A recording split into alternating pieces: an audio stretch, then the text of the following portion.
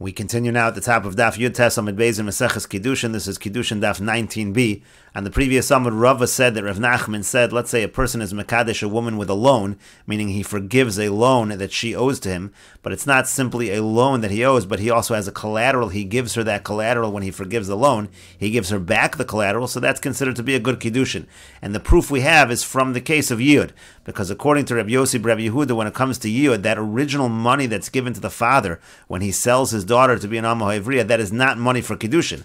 Rather, what the Kiddushin is when the master tells the Amma Ha'ivriya she no longer has to serve, the value she's receiving by no longer having to serve, that is the Kiddushin. And Rava reasons that that's really the same thing, because what's essentially happening then is that the money that was originally given to the father by the master, that was really a loan to the father. And then the father is paying back with this collateral. The collateral is the girl herself.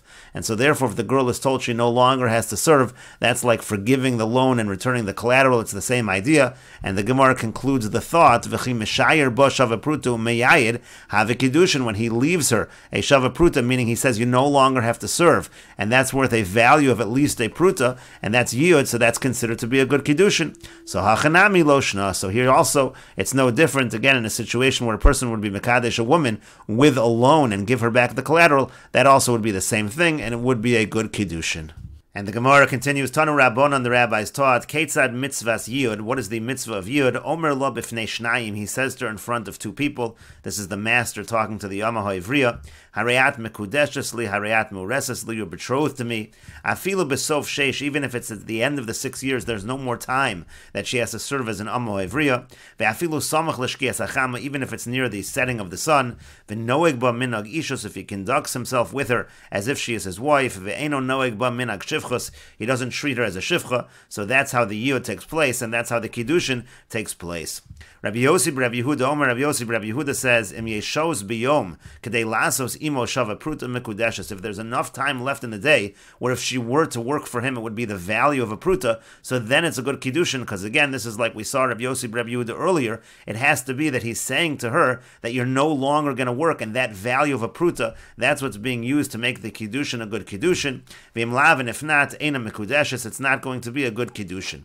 And the Gemara continues, the Brisa continues, Mashal lo omer liisha hiskadshi li me'achshav la'achar shloshim yom. This is similar to somebody who says to a woman, have a Kiddushin from now, be mekudeshes to me from now after 30 days, uva'achar v'kidsha b'soch shloshim yom, and then somebody else comes within the 30 days, and he's mekadesh the same woman, shemekudeshes l'rishon. In that case, she's going to be mekudeshes to the first one, meaning it's going to work retroactively. He's saying that after 30 days, the Kiddushin will be chal, but it will be chal me'achshav, and so the Bryce is essentially saying this case that we had above, when it comes to the Amma Ha'ivriya, that's similar to this case over here of saying to a woman that you're going to be mekudeshes to me me'achshav after 30 days. And Rashi explains, Mashal la'omer l'isha, what do we mean that it's a mashal? Kilomer mikanat alamid, meaning we learn from here, from the case of Amma Ha'ivriya, that this is the halacha in the case of me'achshav, la'omer l'isha, me'achshav u'lachar shloshim yom mekudeshes l'rishon. She's going to be mekudeshes to the first man, to hachi kamar la, because here's what he's saying to her, me'ata nischalu iba'ina buhu la'achar shloshim yom. Rashi understands the way it means is that from now it's going to be chal. The Kiddushin will be chal if I want it to take place after 30 days. And the point is that it's retroactive. That's what the Brisa is learning from the case of the Amma Ha'ivriya. But the Gemara asks, Mashal Laman, when the Brisa says it's a mashal that we can learn from here to the case of Me'achshav, who are we following? Are we following the Tanakh, or are we following Rabbi Yossi Rabbi Yehuda? The Gemara says, Ileima mashal Rabbi Yossi Rabbi Yehuda. If you're going to say that the mashal is following Rabbi Yossi Rabbi Yehuda, that the way Amma Ha'ivriya works is, he essentially says you don't have to work for me as a servant anymore, and through that value, that's the Kiddushin. Ha'im yeshos biyom kedei lasos imo shavapruta mekudeshes v'im lavlo. Again, Rabbi Yossi Rabbi Yehuda says that if there's enough time for the value of a shavapruta of work, then it's a good Kiddushin. And if not, then it's not a good Kiddushin. So that would actually not give the same conclusion as the case we have over here of Me'achshav. As Rashi over here says, Mashal Laman midivrei mi anu lamedin. From who do we learn? From the Tanakh or from Rabbi Yossi Rabbi Yehuda? If it's from Rabbi Yossi Rabbi Yehuda, ha'im yeshos biyom al mahashtahu the mischal Kiddushin. The point is, according to Rabbi Yossi Rabbi Yehuda, the Kiddushin seems to be taking place right now with a particular value value that he's giving her right now. Begiron sheyesh lo Allah, he's deducting that service that she's supposed to be doing. So that has nothing to do with the case of me'achshav. That has nothing to do with the case where later on we're going to determine whether there's a kiddushin retroactively. And so the Gemara says, Amar Rav Acha Brei de Rava, Rav Acha Brei de Rava says that really it's mashal Rabbanan. The mashal over here is going according to the Rabbanan, meaning to say according to the Rabbanan who say that it's the initial money that was given to the father when he sells the girl as an Amo Ivriya, that creates the Kiddushin. So that's the same idea. It's all happening essentially retroactively. Rashi explains L'Rabbanan, Midivrei Chachamim anu l'meidin. From the words of the Chachamim we learn, Da'amri afilu ein shos, because what do they say? They say that even if there's no time for her to serve as an Amo Ivriya left, her term of service is totally done, still it's a Kiddushin. To kasavri lekach nitnu mos rishonos. What the Rabbanan essentially are saying is, the original money that's given to the father by the master, that's given for the possible purpose of Kiddushin. And the idea is that if he wants to arrange a marriage with this Amo Ivriya, then it's going to be a Yud Me'achshav from now. And Rashi says that if not for the fact that it's happening at that moment when the money is given, so how is the Kiddushin going to be Chal? So it must be, it works retroactively according to the Tanna Kama. That's exactly what's happening. Essentially, the master is saying to the father, here is the money, and if I decide later on to marry her, this money retroactively is going to be a money of Kiddushin. And so that's what we're saying, that's what we're learning from the Rabbanan. And the Gemara says, Pshita, well, isn't that obvious? Obviously, we can learn. It's an identical case. Gemara says, not necessarily. Ma'udetema, what might you have said? Halo amar le me'achshav. He didn't say the word me'achshav. You might think that, Kamash Malan, that's what we're learning over here. You have to say the word me'achshav. Rashi explains, Pshita din matzino le'melef. Isn't it obvious we can learn from Amo Ivriya that you can have this case that works retroactively? Ma'udetema halo amar le la'av hayadar me'achshav. You might say like this. In the case of the Amo Ivriya, the master doesn't actually say to the father the words me'achshav. He doesn't say it's going to work from now. B'teilif minei, so then maybe you would derive from that, ti'afilu lo piresh me'achshav, even if you didn't even say the word me'achshav. Elo hareat mekudeshes li la'achar shloshim. You just said the words, the Kiddushin will work after 30 days. Tei mekudeshes l'rishon. Even in that case, it will work retroactively, and the first Kiddushin will work. Kamashmal and Haitana, so that's what the Tana is teaching us here. Damar lemeidin hamoshel midivrei Rabbanan. We're learning the moshel from the Rabbanan is, but it still has to be with a me'achshav. The yomer me'achshavin ilolo. If he says me'achshav, fine, then it works retroactively. Otherwise, it will not work retroactively. And the Gemara continues, Tanya Idach, we learned in another brisa, and this brisa is essentially going to be the reverse of the previous brisa. Hamocher es bitov halach v'kitshel acher. Let's say somebody sells his daughter to a master, sells her as an Amo Ivriya, and then he goes ahead and he's mekadesh her to another man. So sichek ba'adon, he's essentially laughing at the master, umekudeshes l'sheni, and she's actually going to have a kiddushin with the second man because the master has not yet been mekadesh her, and so therefore the kiddushin with the second individual is going to be chal. Divrei Rabbi Yossi Rabbi Yehuda, that's the opinion of Rabbi Yossi Rabbi Yehuda. Again, this is following Rabbi Yossi Rabbi Yehuda that when it comes to Yud is not going to be chal retroactively, so the master loses out, and the kiddushin to the second individual takes effect. The Chachamim say, no, if he wants to arrange marriage, meaning if the master wants to arrange the marriage with the Amo Ivriya, he can do that, it's going to be chal retroactively, and he'll essentially beat out the second individual. And here the Brisa says, Mashal, we can learn from this the following, La'omer li'isha hareat mekudeshes li, let's say a person says to a woman, you're mekudeshes to me la'achar shloshim yom, and the kiddushin is going to be chal after 30 days. Uva'achar v'kitcha b'soch shloshim yom, then somebody else comes along and is mekadesh her within 30 days, shem mekudeshes l'sheni, so there she's going to be mekudeshes to the second individual. The second individual is actually going to win out, and that's very similar to what Rabbi Yossi Rabbi Yehuda said. Rabbi Yossi Rabbi Yehuda says that the way Yud works is it only takes place at the time he's mekadesher, and so if the second individual beats out the master, the second individual will have the kiddushin, and that's what the Gemara now clarifies. Moshel Laman, who are we learning this out from? Are we learning it out from Rabbi Yossi Rabbi Yehuda or the Chachamim? Ileimo the Rabbanon. If you say we're learning it out from the Rabbanon, Ha'amri Rabbanon imratzal liyad miyad. On the contrary, the Rabbanon say that if the master wants to do Yid, it's going to be effective. It is retroactive. Elamar Rav Acha Brei de Rava, rather Rav Acha Brei de Rava says, again, in this case, Moshel Rabbi Yossi Rabbi Yehuda, the Moshel is following Rabbi Yossi Rabbi Yehuda. He says that by Yud it's not retroactive, and that's why over here also when it's not retroactive, when he says the Kiddushin should be chal after 30 days, if somebody else comes along within the 30 days, that someone else is going to have an effective Kiddushin. And the Gemara says, Pshita, again, isn't that obvious? That's what we learned from Rabbi Yossi Rabbi Yehuda. The Gemara says, not necessarily. Mahu detema, what might you have said? Halo amar lo la'achar shloshim yom. That again, in the case of Yud, he didn't actually say the words after 30 days. Kamash malon, that's what we're teaching over here. We're specifically talking about a situation where he said to her after 30 days. And Rashi says, Mashal Laman, again, who is this Mashal according to? Midivrei mi anu lamedim. Who do we learn from? Rabbi Yossi Rabbi Yehuda, it's from Rabbi Yossi Rabbi Yehuda, mishum de lo pirish me'achshav, because again, now, according to Rabbi Yossi Rabbi Yehuda, since he did not say me'achshav, af agav dehavale lekidushe behu la'achar zman, ki kid mu'achar have a kiddushin, hachanami lo shna. Again, we're going to say that there's no me'achshav, so even though the kiddushin was going to be after some time, but someone else comes first, that kiddushin is going to take effect, and the same thing is going to be true over here. And what's l'chiddush? Ma'u detema halo amarla. What might you have said? He didn't say to her, b'shas matan mos, al menashe tesiyad li la'achar zman. He didn't actually say, on the condition that it's later. That's why Rabbi Yossi says maybe that the Kiddushin works to the second individual, meaning in the case of Yud, he didn't actually say that I'm giving the money. The master doesn't say to the father, I'm giving the money on the understanding there's going to be Yud later on. He decides to do the Yud later on. So maybe that's why in the case of Rabbi Yossi, Rabbi Yehuda, the second person gets the Kiddushin. But maybe you would say, let's say he says explicitly that I'm going to have a Kiddushin with you, and it's going to be chal achar shloshim, so that's already what's in mind. Even though he didn't say me'achshav, chayli hashta, maybe it would be chal right now. Maybe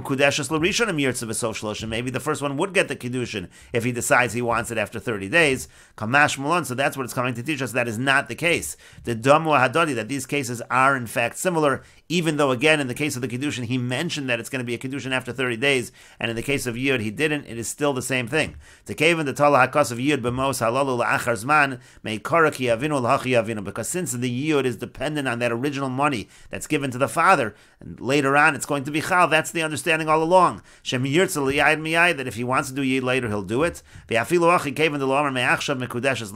nevertheless, even though that is the understanding, since he didn't say me'achshav, the kiddushin goes to the second individual, because the kiddushin by Yid is only chal later. And again, that's why we learn out to this case where the person says that there should be a kiddushin after 30 days. And the Gemara continues, Tanya Idach, we learned in another brayso, Hamocher es bito pasak al manas shelo liyayid. Let's say a person sells his daughter as an Ammo Hevriya, and he makes a stipulation that there cannot be Yud in this case. He essentially tells the master that he's not allowed to have a Kiddushin with his daughter. Niskayim hatanai, that condition does in fact stand, and therefore we'll say that the sale as an Ammo Hevriya is going to be effective, and Yud will not be possible. Divrei Rabbi Meir, that's the opinion of Rabbi Meir. The Chachamim say, no, if he wants to have Yud, he can still have Yud. The condition is nothing. We don't take the condition into account. Because he tried to make a Tanai against what is written in the Torah. The concept of Yud is written in the Torah. To no bottle. Anyone who tries to make a condition against the Torah, the condition is bottle, and so therefore the sale is going to be good. And again, if he wants to be miyayid, he can be miyayid. But the Gemara asks, will Rabbi Meir to know Kayim, but is it really true according to Rabbi Meir that the Tanai actually stands? We don't say the Tanai is bottle when it's against what the Torah says. But we learned in a different brayso, if a person says to a woman, Hareya Mekudeshes li, or Mekudeshes to me, on the condition that none of the normal obligations of the Kiddushin apply to me, I don't have to provide you with Sher Ksus V'Yona, Harezu Mekudeshes, to no bottle, Rabbi Meir says the Kiddushin is Chal, but the condition is not Chal. He still has all the regular responsibilities of Kiddushin. He has to provide her with the food, he has to provide her with clothing and marital relations. Rabbi Yehuda says, B'davar sheb'mamun, if it's things that involve monetary issues, so to no Kayim. So there you could make conditions if it's things that involve money, things that involve monetary obligations of the marriage, of the Kiddushin. But in any case, what do you see from Rabbi Meir? You see from Rabbi Meir, Masnal Masha Kasa B'Torah, the Tanai is bottle. So how come he doesn't say the same thing when it comes to Yud? And the Gemara says, Amar Chizkiya says, Shani Hoch, it's different over here. The Omar Kra, because the pasuk says La'ama, it says that he can sell her as a maidservant. Pa'amim she'eno mochra el La'ama bilvad. What the pasuk is saying is it is possible to sell her only as a maidservant and not for Yud. In other words, that's actually the concept of Yud is written in the Torah, but it's optional. And therefore, since the Torah itself says it's optional, so therefore it's not an issue if he makes a Tanai that there should be no Yud. Rashi says, B'davar sheb'mammon, again, this was Rabbi Yehuda's opinion, by monetary issues, the Tanai is Kayim. Why is that? The nitan lemechila, meaning things that are money obligations, you can be mochel that kind of obligation. A person can forgive a monetary obligation, so have it tanai kayim, so then the tanai is kayim. Avol ona, but what Rabbi Yehuda is saying is when it comes to the marital relations obligation, so that has nothing to do with money, the tzara de gufu, that's something that causes pain to the body, lois yav lemechila, that's not something that can be forgiven, and therefore Rabbi Yehuda says only by the monetary obligations do we say that the tanai stands. In any case, the Gemara continues, what do the Rabbanan do with the word la'ama? We're essentially saying, according to Rabbi Meir, that the word la'ama is telling us that it's possible that yiyud is only something that's optional, that you can sell, a person can sell his daughter as an amo hevriya just as an amo hevriya. So what do the Rabbanan do with the word la'ama? They use the word la'ama for the following brisa. It's taught in a brisa. La'ama, what does it mean in the pasuk when it says the word la'ama? Melamed shemocher lepsulim. That teaches us that he's allowed to sell her to individuals who she's really not allowed to marry. Rashi says, Malamed Shemocher L'Psulim, and teaches us that he can sell her to individuals who are disqualified, meaning like a mamzer, unasin, a mamzer and a sin. Those are prohibited relationships. She'ein Rashai L'Yaid. It's not permitted to do yid in that case. Ve'enanim Keres Lam Ela L'Shifchas Bilvad. So in that case, really, he's just selling her as a shifcha, as a servant, nothing else. That's what the word La'ama is saying. It's saying he can sell her to Psulim. And the Gemara says, V'halodinu, but isn't it logical anyhow? You don't need a pasuk. It should be able to be learned out from the following. In Mekadsha L'Psulim, we know that a father is able to be Mekadesh his daughter to Psulim. The idea over here is we're following the opinion that Kiddushin takes effect when you have Chayve Lavin. These are just negative commandments not to have Kiddushin here, but the Kiddushin, you violated a negative commandment, but it still takes effect, as Rashi says. In Mekadsha L'Psulim, the Kiddushin tofsin b'Chayve Lavin. Kiddushin do take effect by Chayve Lavin. So if we know that it's possible for a father to marry off his daughter, to do a kiddushin with his daughter to psulim, so lo yimchorena l'psulim, wouldn't it be obvious that he's able to sell her to psulim? And the Gemara says, it's not necessarily obvious. Mala mekadesh l'psulim, when it comes to actual kiddushin, when he's mekadesh her to psulim, shekein ad mekadesh es bito kashihinara. When it comes to kiddushin, a person actually has more control over his daughter, even when she's at the age of a nara. That means to say that she already has the signs of maturity.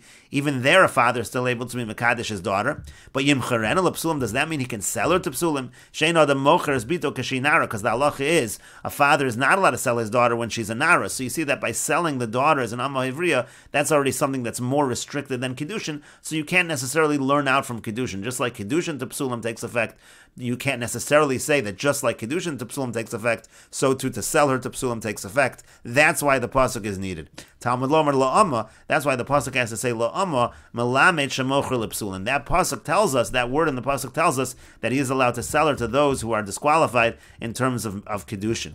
Rabbi Eliezer says, Im Lalamed Shemocher L'Psulin, if the pasuk was just to teach us that he's allowed to sell her to Psulin, Harei Kvar Nemar, that's already said in a different pasuk. It says, Im Ra'a Be'enei Adonai, it says if it's bad in the eyes of her master, talking about the fact that he doesn't want to marry her, but we understand that to mean Shera'a B'nisueha. We understand that to mean that it's something bad in terms of marriage, meaning as Rashi says, Shera'a B'nisueha Sha'asuralo. We're talking about the fact that it's prohibited for him to marry her, exactly this case. Mia Tafsila B'Kedushin, we're talking about a case where Kedushin could in theory be chal, but there's some kind of prohibition. Like it says Asher Lo Ya'adam, and from here we learn that he can sell her to Psulin, so that can't be what La'ama is teaching us, because we already know that from Imra Be'enei Adoneha. So Matam Lomer Liyama, so therefore Rabbi Eliezer says, why does the pasuk say La'ama? It teaches us something else. Malamed Shemocher, it teaches us that he can sell her, and we'll see to relatives. We will continue with this discussion in the next video on Daf Chaf Amud Aleph.